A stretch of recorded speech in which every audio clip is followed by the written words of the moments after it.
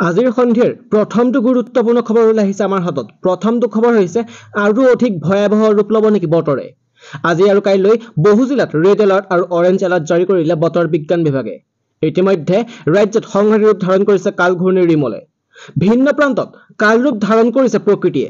তাৰ মাজতে আৰু আজি 4 জিলাত ৰেড এলাৰ্ট আৰু 16 জিলাত আকৌ য়েল্লো এলাৰ্ট জাৰি কৰিছে বতৰ বিজ্ঞান বিভাগে। আজি 4খন জিলাত ৰেড এলাৰ্ট জাৰি কৰিছে বতৰ বিজ্ঞান বিভাগে। হাইলাকান্দি, ডিমা হাছাও, কাছাৰ, কৰিমগঞ্জত ৰেড এলাৰ্ট জাৰি কৰিলে বতৰ বিজ্ঞান বিভাগে। মৰিগাঁও, পশ্চিম কাৰ্বি আংলং, হোজাই, নগাঁও, কাৰ্বি আংলং, শোণিতপুৰ, বিশ্বনাথ, গোলাঘাট, লখিমপুৰ, ধেমাজি, ডিব্ৰুগড়, তিনিচুকীয়া, চৰাইদেউ, শিৱসাগৰ, যোৰহাট আৰু মাজুলীত আজি অৰেঞ্জ এলাৰ্ট জাৰি কৰিছে বতৰ বিজ্ঞান বিভাগে। ইপিনে ৰিমলৰ সংহাৰী ৰূপ বিধ্বস্ত ৰাজ্যৰ ভিন্ন প্ৰান্ত। কাইলৈ বহু জিলাত শিক্ষানুষ্ঠান বন্ধ ঘোষণা প্ৰশাসনৰ। ৰাজ্যত সংহাৰী ৰূপ ধাৰণ কৰিছে কাল ঘূৰ্ণী বতাহে। নিশাৰে পৰা মহানগৰীকে ধৰি ৰাজ্যৰ বিভিন্ন প্ৰান্তত বিধ্বস্ত কৰি পৰিছে স্বাভাৱিক জনজীৱন। 29 মেত নগাঁও, হোজাই, পশ্চিম কাৰ্বি আংলং জিলাত শিক্ষানুষ্ঠান বন্ধ ঘোষণা কৰিছে জিলা প্ৰশাসনে। 29 মেত হাইলাকান্দি আৰু কৰিমগঞ্জৰ সকলো শিক্ষানুষ্ঠান বন্ধ ঘোষণা কৰিছে জিলা প্ৰশাসনে। নগাঁও, হোজাই, পশ্চিম কাৰ্বি আংলং, গোলাঘাট, ডিমা হাছাও, কাছাৰ, হাইলাকান্দি আৰু কৰিমগঞ্জ জিলাত য়েল্লো এলাৰ্ট। আপোনাৰ ভাগ্য এতিয়া সলনি কৰক। উজনি অসমৰ বৃহৎ উপহাৰ কুপনৰ খেল। মাত্ৰ 100 টকাত আপুনি লাভ কৰিব পাৰিব গোলাঘাটৰ উপহাৰ কুপনৰ খেল।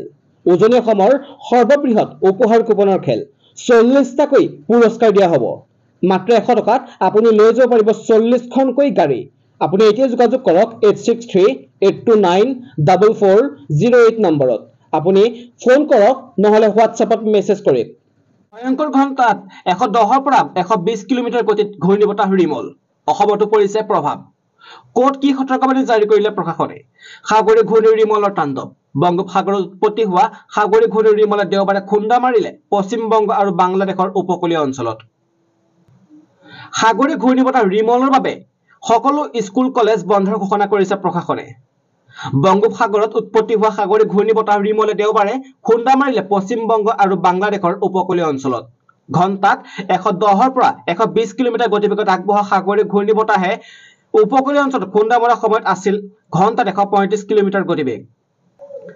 সাগৰী ঘূৰ্ণী ৰিমলৰ প্ৰভাৱত ধুবুৰী, দক্ষিণ শালমৰা, বঙাইগাঁও, বজালী, তামুলপুৰ, বৰপেটা, নলবাৰী, মৰিগাঁও, নগাঁও, হোজাই আৰু পশ্চিম কাৰ্বি আংলঙত ঘোষণা কৰা হৈছে অৰেঞ্জ এলাৰ্ট। চিৰাং, গোৱালপাৰা, বাক্সা, ডিমা হাছাও, কাছাৰ, হাইলাকান্দি আৰু কৰিমগঞ্জত জাৰি কৰা হৈছে ৰেড এলাৰ্ট। এইকেইখন জিলাত অধিক পৰিমাণে হ'ব বৰষুণ আৰু ধুমুহা। আজি প্ৰায় 60 কিলোমিটাৰ বেগত ধুমুহা আহিব দক্ষিণ অসমত। মেঘালয়তো ইয়াৰ প্ৰভাৱ। পৰিস্থিতি নিয়ন্ত্ৰণৰ বাবেই 6ম দুৰ্যোগ প্ৰশমন বিভাগ। পৰিস্থিতিৰ প্ৰতি লক্ষ্য ৰাখি সকলো জিলালৈ সতৰ্কবাণী আৰু নিৰ্দেশনা দিছে দুৰ্যোগ প্ৰশমন বিভাগে। ইতিমধ্যে সকলো জিলা আয়ুক্তৰ সৈতে যোগাযোগ কৰিছে দুৰ্যোগ প্ৰশমন বিভাগে। কাছাৰ, বঙাইগাঁও আৰু ডিব্ৰুগড়লৈ প্ৰেৰণ কৰা হৈছে NDRFৰ টীম।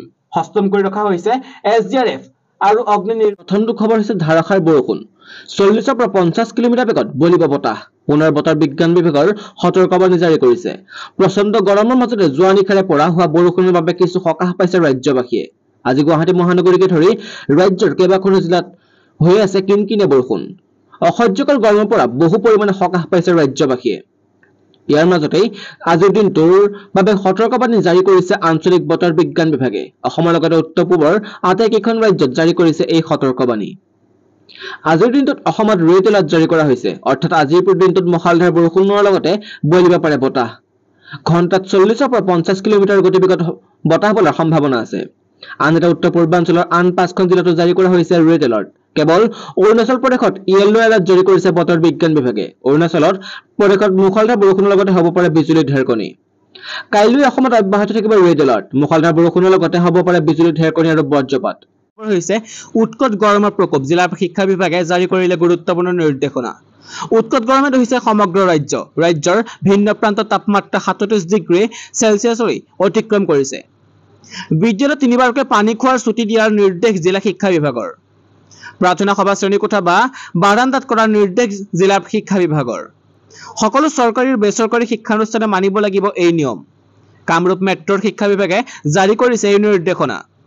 এইপিনে লাখ লাখ কৰ্মচাৰীলৈ সুখবৰ বৃহস্পতিবাৰে 4 দিনলৈ বন্ধ থাকিব চৰকাৰী কাৰ্যালয় ৰাজ্যৰ লাখ লাখ কৰ্মচাৰীলৈ সুখবৰ ওলাইছে এই মুহূৰ্তত বৃহস্পতিবাৰৰ পৰা ৰাজ্য চৰকাৰী কৰ্মচাৰী একেলগে পাব 4 দিনকৈ বন্ধ 23 মে বৃহস্পতিবাৰে বুদ্ধ পূৰ্ণিমা উপলক্ষে বন্ধ থাকিব ৰাজ্যৰ চৰকাৰী কাৰ্যালয়সমূহ 24 মেত শুক্ৰবাৰে মাধৱদেৱৰ জন্ম জয়ন্তী উপলক্ষে বন্ধ থাকিব ৰাজ্যৰ চৰকাৰী কাৰ্যালয়সমূহ 25 মেত মাহৰ চতুৰ্থ শনিবাৰ হোৱাৰ বাবে বন্ধ থাকিব চৰকাৰী কাৰ্যালয়সমূহ 25-26 মেত দেওবাৰ হোৱাৰ বাবে বন্ধ থাকিব ৰাজ্যৰ সকলো চৰকাৰী কাৰ্যালয়সমূহ ডাঙৰ খবৰ নিৰ্বাচনৰ মাজতে চৰকাৰী কৰ্মচাৰীলৈ ভাল খবৰ পুনৰ এবাৰ বাহিল দিয়ে নিৰ্দেশনা জাৰি বিত্ত বিভাগৰ লোকসভা নিৰ্বাচন শেষ হোৱা নাই এনে বতৰত কোনো ৰাজ্যত মহাৰ্ঘ ভাত্তা বৃদ্ধি নহয় বা দিয়ে বৃদ্ধি কৰিবলৈ হলে নিৰ্বাচন আয়োগৰ অনুমতিৰ প্ৰয়োজন হয় কিন্তু এই সকলোৰে মাজত লোকসভা নিৰ্বাচনৰ বতৰতে চৰকাৰী কৰ্মচাৰী দিয়ে বৃদ্ধিৰ ঘোষণা কৰা হল বিত্ত বিভাগৰ পৰা বিত্ত বিভাগৰ কোচ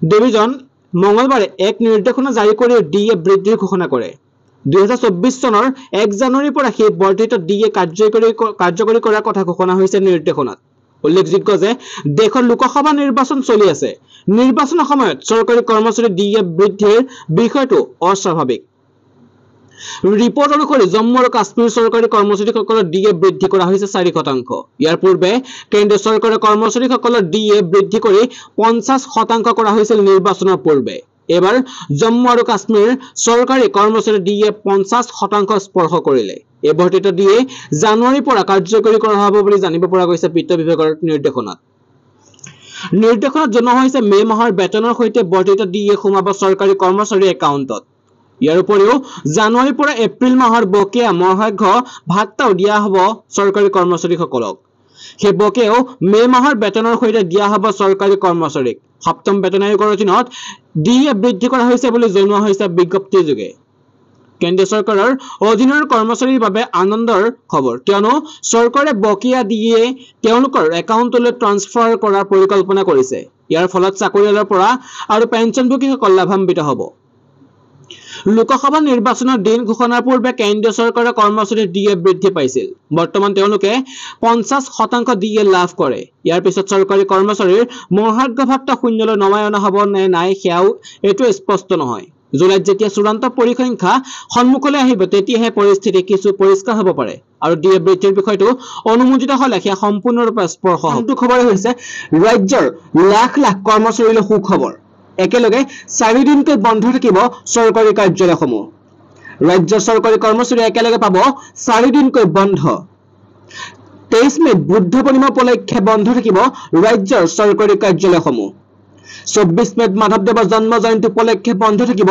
ৰাজ্যৰ চৰকাৰী কাৰ্যালয়সমূহ 25 মেত মাহৰ চতুৰ্থ শনিবাৰ হোৱাৰ বাবে বন্ধ থাকিব চৰকাৰী কাৰ্যালয়সমূহ 26 মেত দেওবাৰে হোৱাৰ বাবে বন্ধ থাকিব ৰাজ্যৰ সকলো চৰকাৰী কাৰ্যালয়সমূহ কোনো মাইকেলাল নাই কা আঁতৰাব নোৱাৰে মুকলি প্ৰত্যাহ্বান প্ৰধানমন্ত্ৰী নৰেন্দ্ৰ মোদীৰ মোদীয়ে কয় যে কংগ্ৰেছে ভাৰতৰ শৰণ লোৱা লোকসকলৰ কেতিয়াও খবৰ নললে কিয়নো এই লোকসকল তেওঁলোকৰ ভোট বেংক নাছিল পুনৰ এবাৰ বিৰোধীক টাৰ্গেট কৰি ল'লে প্ৰধানমন্ত্ৰী নৰেন্দ্ৰ মোদীয়ে কয় যে দেশত কোনো মাইকেলাল নাই যিয়ে একা আঁতৰাব পাৰে দেশৰ প্ৰতিজন নাগৰিকে জানিছে যে বিৰোধী দলসমূহে হিন্দু মুছলমান কৰি নিজৰ ভোট বেংক প্ৰস্তুত কৰিছে মোদীয়ে তেওঁলোকৰ মুখা খুলি দিছে বৃহস্পতিবাৰে আজমগড়ত এক নিৰ্বাচনী সভাত এই মন্তব্য কৰে প্ৰধানমন্ত্ৰীগৰাকীয়ে মোদীয়ে কয় যে যিমান শক্তি আছে লগাওক কা আঁতৰাব নোৱাৰে বিৰোধীৰ মুখা খুলি দিয়া হৈছে আমোদজনক কথাটো হ'ল গান্ধীৰ নাম লৈ শাসনত চিৰিত উঠিছিল কিন্তু তেওঁলোকে মহাত্মা গান্ধী ভৰসাও ভংগ কৰিছে মোদীৰ গ্যাৰান্টি কি অৰ্থ ইয়াৰ সতেজ উদাহৰণ কাৰ জৰিয়তে শৰণাৰ্থী ভাৰতত নাগৰিকত্ব প্ৰদানৰ কাম আৰম্ভ হৈছে তেওঁলোকক সেইসকল লোক যিসকল শৰণাৰ্থী হিচাপে দীৰ্ঘ সময় ধৰি আমাৰ দেশত বসবাস কৰি আছিল তেওঁলোকে সেইসকল যিয়ে ধৰ্ম আধাৰত হোৱা বিভাজনৰ শিকাৰ হৈছিল ইপিনে লগতে মোদীয়ে কয় যে কংগ্ৰেছে ভাৰতত শৰণ লোৱা লোকসকলৰ কেতিয়াও খবৰ নললে কিয়নো এই লোকসকল তেওঁলোকৰ ভোট বেংক নাছিল ইয়াৰ ভিতৰত অধিক সংখ্যক ওবিসি আৰু পিছপৰা দলিত ভাতৃ ভগ্নী আছে তেওঁলোকৰ ওপৰত অত্যাচাৰ কৰা হৈছিল কংগ্ৰেছে এই কামতে লাগি থাকিল এছপি কংগ্ৰেছ ইণ্ডি মিত্ৰজোঁটে তেওঁলোকৰ সৈতে কোনো ভাল কাম কৰা নাছিল ইয়াৰ পৰিৱৰ্তে তেওঁলোকে এনে মিছা প্ৰচাৰ চলাইছে যিয়ে দেশত সংঘৰ্ষৰ সৃষ্টি হৈছিল আজিলৈকে এই ইণ্ডিয়া মিত্ৰজোঁটৰ লোকসকলে কয় যে মোদীৰ কা দেশ তেওঁৰ সৈতে যাব চৰকাৰী স্কুলত উকলিব বিনামূলীয়া নামভৰ্তি সকলো শিক্ষাৰ্থী চৰকাৰী শিক্ষানুষ্ঠানত বিনামূলীয়াকৈ নামভৰ্তি কৰা সুবিধা পাই আহিছিল যদি সেই পথ ৰুদ্ধ হৈ পৰিব কাৰণ ৰাজ্যৰ শিক্ষা বিভাগে ৰেচন কাৰ্ড থকা পৰিয়ালৰ সন্তান সহকাৰে বিনামূলীয়া নামভৰ্তিৰ সুবিধা দিয়াৰ বাবে বিবেচনা কৰি আছে, যাৰ ফলত 4 লাখ টকাকৈ অধিক উপাৰ্জন থকা পৰিয়ালৰ শিক্ষাৰ্থী ভৱিষ্যত বিনামূলীয়া নামভৰ্তিৰ সুবিধাৰ পৰা বঞ্চিত হ'ব।